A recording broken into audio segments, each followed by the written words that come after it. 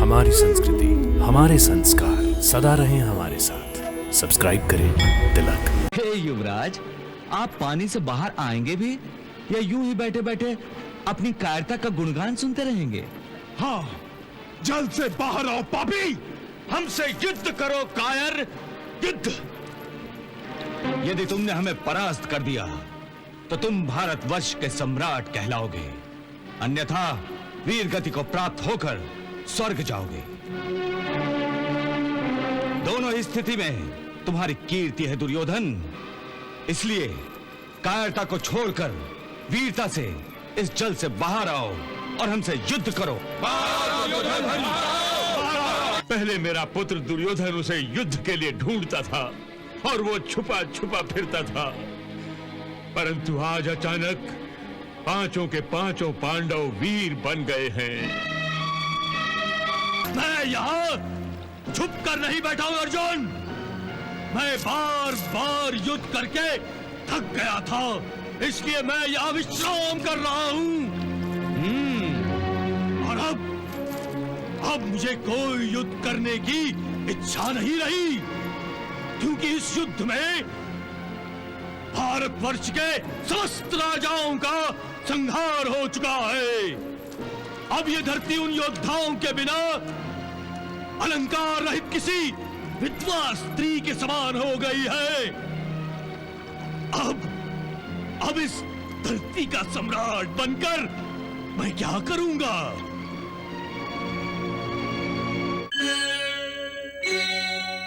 महाराज, भाग्य ने एक और असफलता युवराज दुर्योधन की झोली में डाल दी है। पांडव युधिष्ठिर ने युवराज द्वारा किए जल स्तंभन को नष्ट कर दिया है। सरोवर में छुपे दुर्योधन को देखकर सभी पांडव और उनके सैनिक खुश होकर गर्जना कर रहे हैं।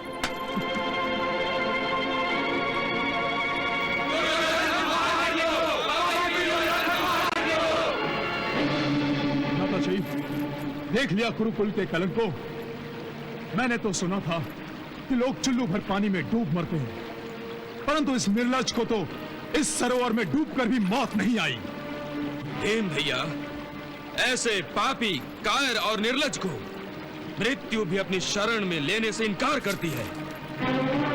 हाँ धनंजय, यह अंधपुत्र तो सदा ही अपने आप को महाबलशाली समझता रहा, परंतु जब अपने प्राणों की बारी आई तो मैदान छोड़कर भाग खड़ा हुआ, कायरों की भांति छुप गया।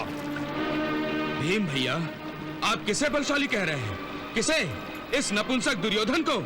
इस नपुंसक दुर्योधन को? इसने भारतवर्ष के सारे राजाओं और समस्त कुरुकुल का संहार, भीषण संहार करवाया है। अरे ये निर्लज्ज तो अबला नारियों के अपमान को ही अपना पुरुषार्थ समझता है। सचमुच ये तो कुरु वंश का कलंक है, कलंक।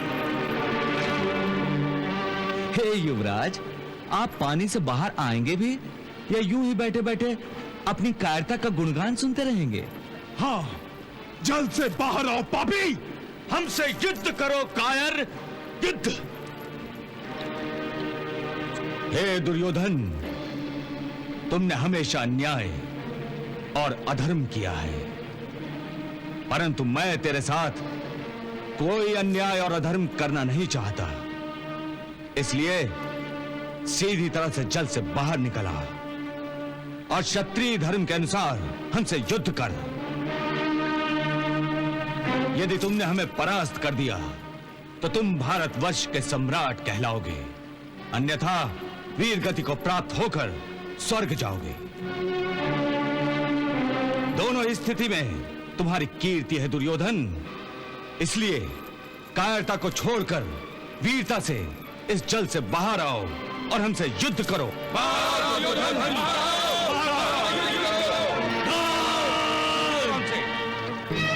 संजय, इस युधिष्ठिर ने तो इतनी वीरता कभी नहीं दिखाई जितनी आज दिखा रहा है। पहले मेरा पुत्र दुर्योधन उसे युद्ध के लिए ढूंढता था और वो छुपा छुपा फिरता था, परंतु आज अचानक पांचों के पांचों पांडव वीर बन गए हैं। मेरे पुत्र को युद्ध के लिए ललकारने लगे हैं, तनिक विश्राम भी नहीं करने दे रहे हैं उसे।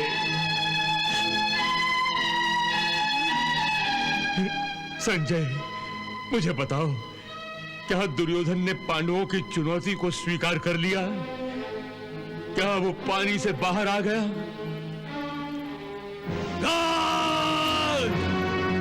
हे युधिष्ठिर, हे पांडवों, मुझे बार बार युद्ध के लिए ललकार कर अपनी मृत्यु को निमंत्रण मत दो।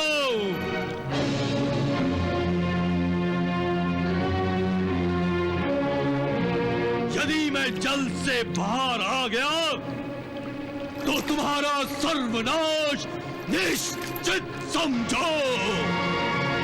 यदि तुम में हमारा विनाश करने की क्षमता होती तो एक भगोड़े की भांति भागकर यूं सरोवर में मुंह छुपाकर ना बैठते। मैं यहाँ छुप कर नहीं बैठा हूं अर्जुन। मैं बार बार युद्ध करके थक गया था, इसलिए मैं यहाँ विश्राम कर रहा हूँ। और अब मुझे कोई युद्ध करने की इच्छा नहीं रही, क्योंकि इस युद्ध में भारतवर्ष के समस्त राजाओं का संहार हो चुका है। अब ये धरती उन योद्धाओं के बिना अलंकार रहित किसी विधवा स्त्री के समान हो गई है। अब इस धरती का सम्राट बनकर मैं क्या करूंगा? इसीलिए मैं मेरा समस्त राजपाट तुम्हें दान में देता हूं और मन शांति के लिए मृग छाल पहनकर वन में जाना चाहता हूं। वाह दुर्योधन वाह, तुम मृत्यु के भय से इतना बदल जाओगे, ये तो मैंने सोचा भी नहीं था। वाह, सदा ही दूसरों के अधिकार को छीनने वाला आज महादानी बन गया है। सदा ही दूसरों के मन की शांति को लूटने वाला आज स्वयं मन की शांति ढूंढ रहा है, संन्यास लेना चाहता है। नहीं दुर्योधन, नहीं, तुझे वन, पर्वत, पहाड़, सरोवर कहीं भी जाने से शांति नहीं मिलेगी, क्योंकि जीवन भर जो तूने पाप कमाए हैं उसका दंड भोगे बिना तुझे कहीं भी शांति नहीं मिलेगी। इसलिए तुम पानी से बाहर निकलो और हमसे युद्ध करो। हाँ दुर्योधन, बाहर निकलो। हमसे युद्ध करो, बाहर आओ पापी। मेरा दुर्योधन अकेला पड़ गया गांधारी। मेरा दुर्योधन अकेला पड़ गया।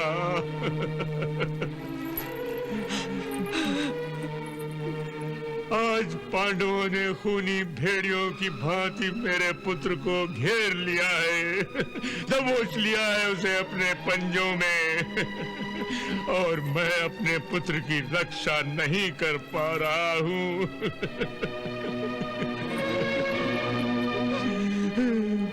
पिता होकर, एक राजा होकर भी अपने पुत्र को नहीं बचा पा रहा हूं।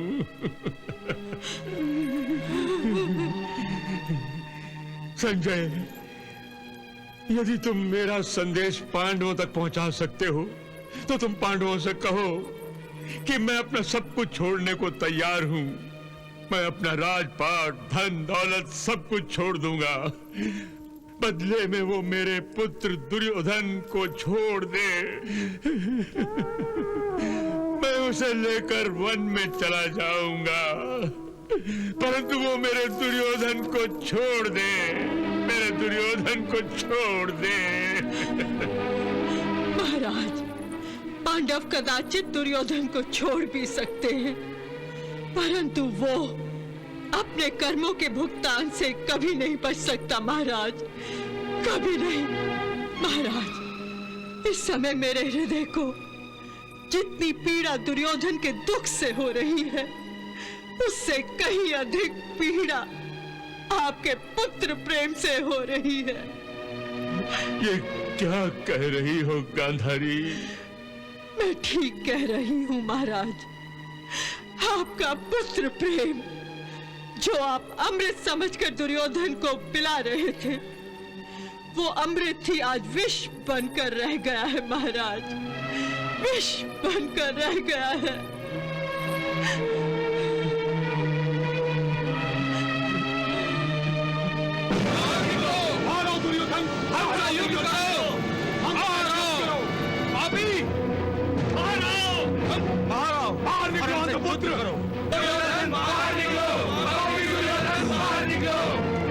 आओ दुर्योधन, सरोवर से बाहर निकल आओ और हमारे साथ युद्ध करो।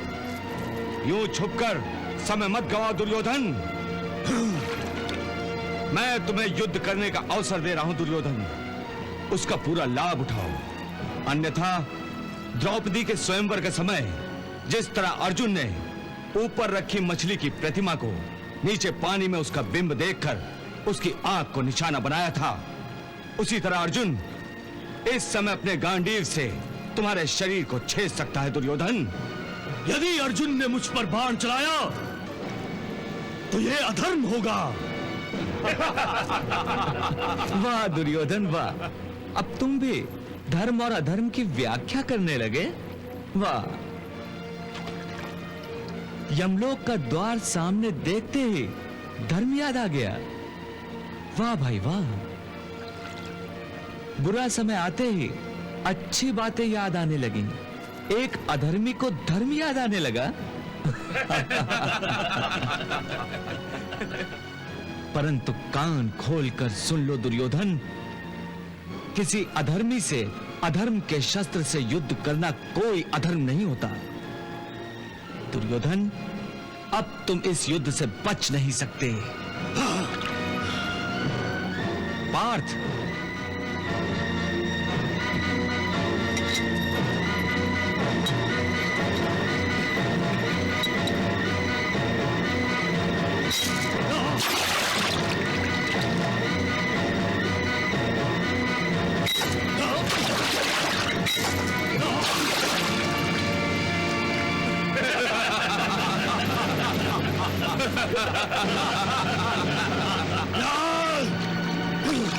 मैं अवश्य युद्ध करूंगा युधिष्ठिर, मैं अवश्य युद्ध करूंगा, परंतु मैं ये युद्ध करूंगा कैसे?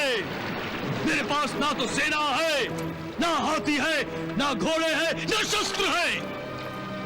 तुम अकेले हो और तुम्हारे पास शस्त्र, हाथी, घोड़े नहीं है। तो आज तुम्हें पांडवों और कौरवों के बीच सेना और बल के अंतर का ध्यान आया है। महायुद्ध के आरंभ में नहीं आया, जब तुम्हारी विशाल सेना के सामने हमारी सेना नहीं के बराबर थी। इसके बावजूद हमने तुमसे युद्ध किया, इसीलिए तुम्हें भी हमसे युद्ध करना ही होगा। हाँ, युद्ध करना ही होगा, करना ही होगा। ना मैं युद्ध से डरता हूं और ना ही मृत्यु से। फिर भी इस सरोवर में छुपे बैठे हो।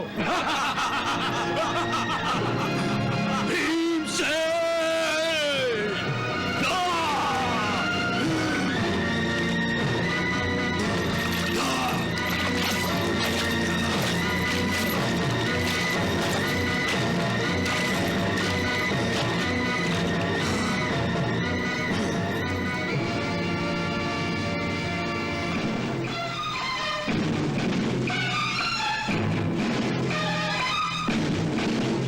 अच्छा ही हुआ दुर्योधन कि तुम युद्ध करने के लिए तैयार हो गए। ये अच्छा नहीं हुआ तुम सबके लिए, क्योंकि मैं अब भी कृष्ण सहित तुम सब पांडवों का वध करने की क्षमता रखता हूं। तुम सब ने मेरा उपहास, मेरा अपमान करके अपनी मृत्यु को ललकारा है। युधिष्ठिर, मैं निशस्त्र होकर भी तुम्हारे और तुम्हारे चारों भाइयों का वध करूंगा। मेरे सारे भाई मारे गए, अब तुम मेरे हाथों मारे जाओगे। ठीक है, तो विलंब क्यों? हम तत्काल युद्ध आरंभ करते हैं। तुम पांचों मुझ अकेले से युद्ध करोगे? हाँ, भला इसमें आपत्ति क्या है? ये सरासर अधर्म है, अधर्म। वाह, परंतु यही अधर्म से तुमने अभिमन्यु का वध किया था। तुम सभी ने मिलके अकेले अभिमन्यु का वध किया था। उस समय अधर्म का विचार नहीं आया था। परंतु दुर्योधन, मैं तुम्हें विश्वास दिलाता हूं कि ये पांडव तुमसे अधर्म नहीं करेंगे। बड़े भैया तो साक्षात धर्मराज हैं। वो तुमसे धर्म से ही युद्ध करेंगे। दुर्योधन, तुम्हारे अधर्म के जवाब में यदि पांडव भी अधर्म करें तो तुम में और इन पांडवों में क्या अंतर रह जाएगा? हाँ दुर्योधन, मैं तुम्हें आश्वासन देता हूं, युद्ध होगा और तुम्हारी इच्छा के अनुसार होगा। तुम जिस शस्त्र से युद्ध करना चाहोगे उसी शस्त्र के साथ तुम्हारे साथ युद्ध किया जाएगा। हम पांचों पांडवों में से केवल एक पांडव तुम्हारे साथ युद्ध करेगा।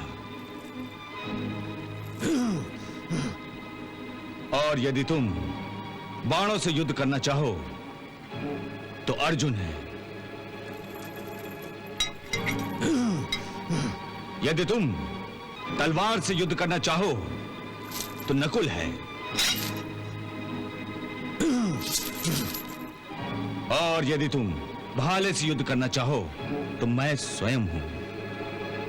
इसका चयन करने का अधिकार मैंने तुम्हें दे दिया दुर्योधन।